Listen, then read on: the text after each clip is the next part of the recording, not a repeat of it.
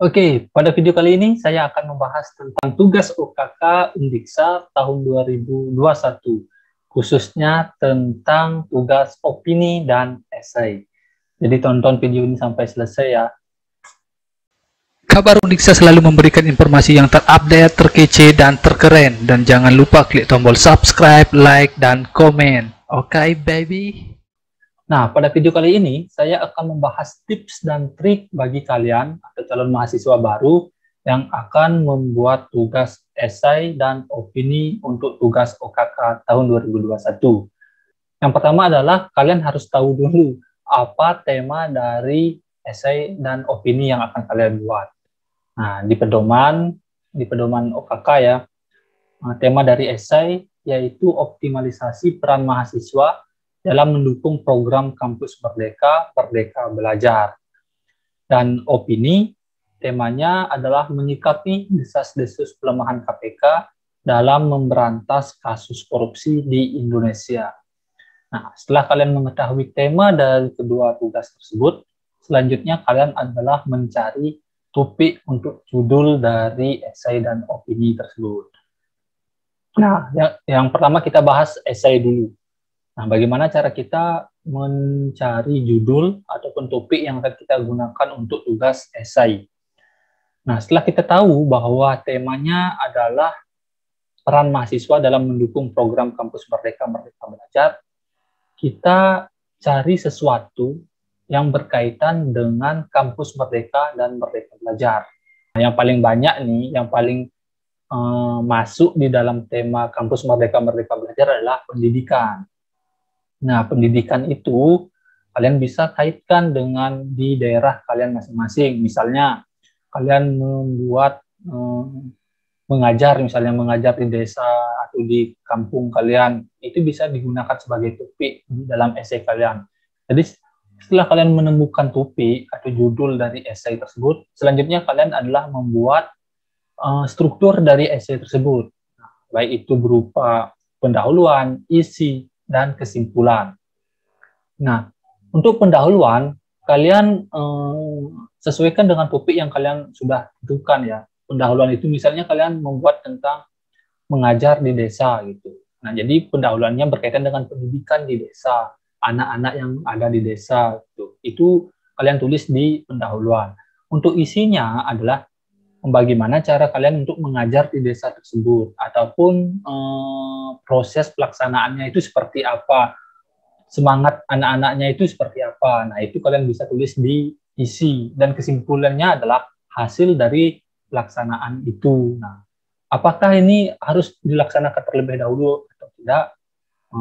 Jadi esai di sini adalah sebuah gagasan atau angan-angan atau apa namanya rencana yang akan kalian lakukan gitu. Jadi tidak harus melakukan pelatihan dulu atau melakukan kegiatan dulu baru membuat esai, bukan. Jadi ini hanya sebuah gagasan dan berupa rancangan atau rencana kalian. Gitu. Jadi sesimpel itu sebenarnya esai ya untuk tugas OKK. Yang penting berkaitan dengan Kampus Merdeka dan Merdeka Belajar.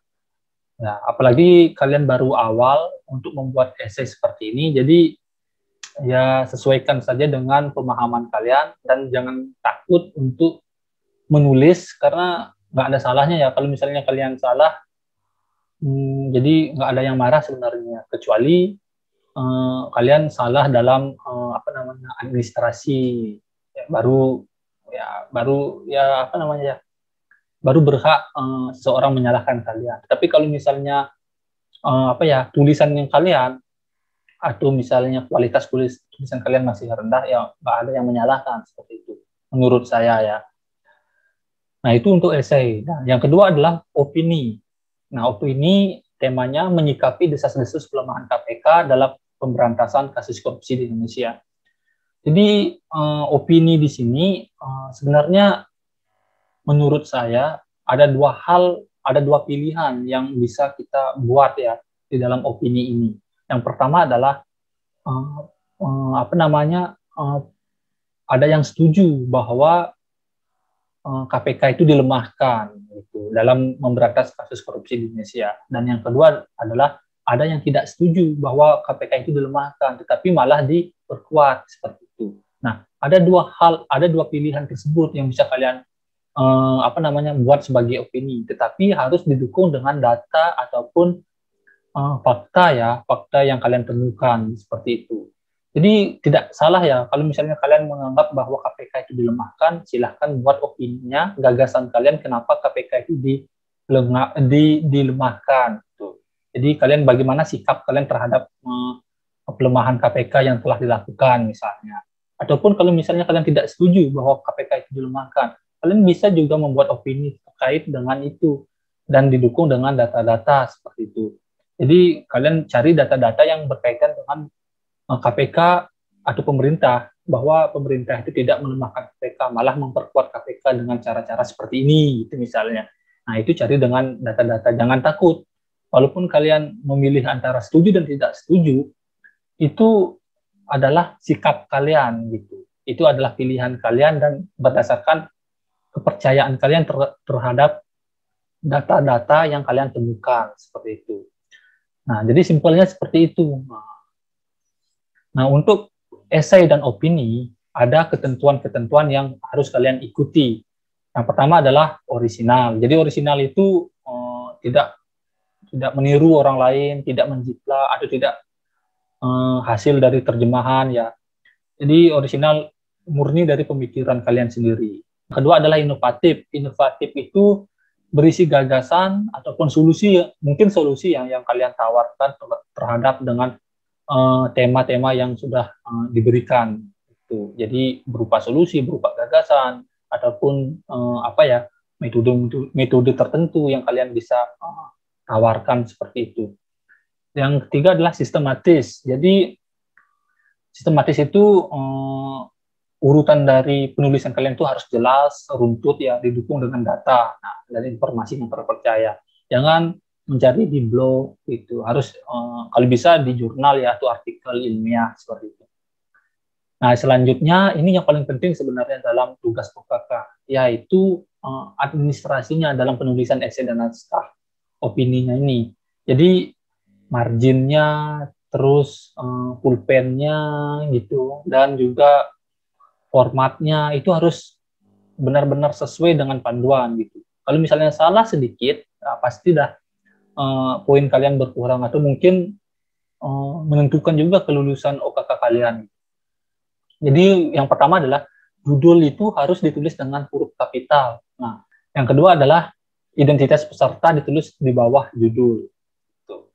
Dan nomor urut dan juga nama lengkap. Itu harus juga berkaitan, harus ada di dalam double folio kalian.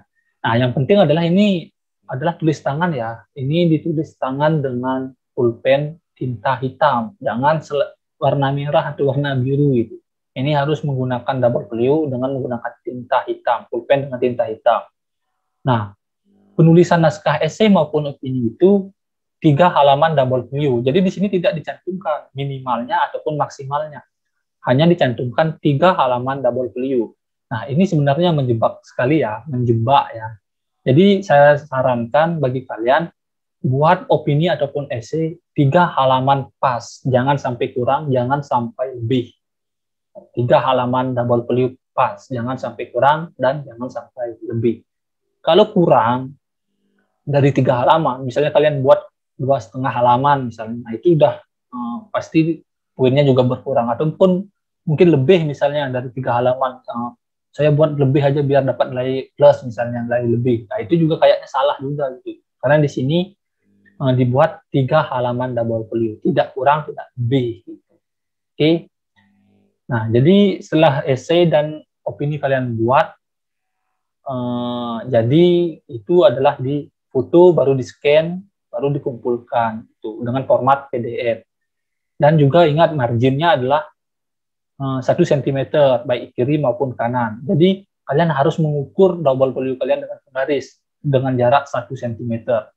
Jangan sampai tidak mengukur dengan memperkirakan. Kalau lebih dari 1 cm ataupun kurang dari 1 cm, pasti kalian akan poinnya berkurang lah. Itu juga menentukan kelulusan kalian seperti itu. Oke, mungkin itu yang bisa saya sampaikan untuk kalian, tips dan trik menurut saya, guys.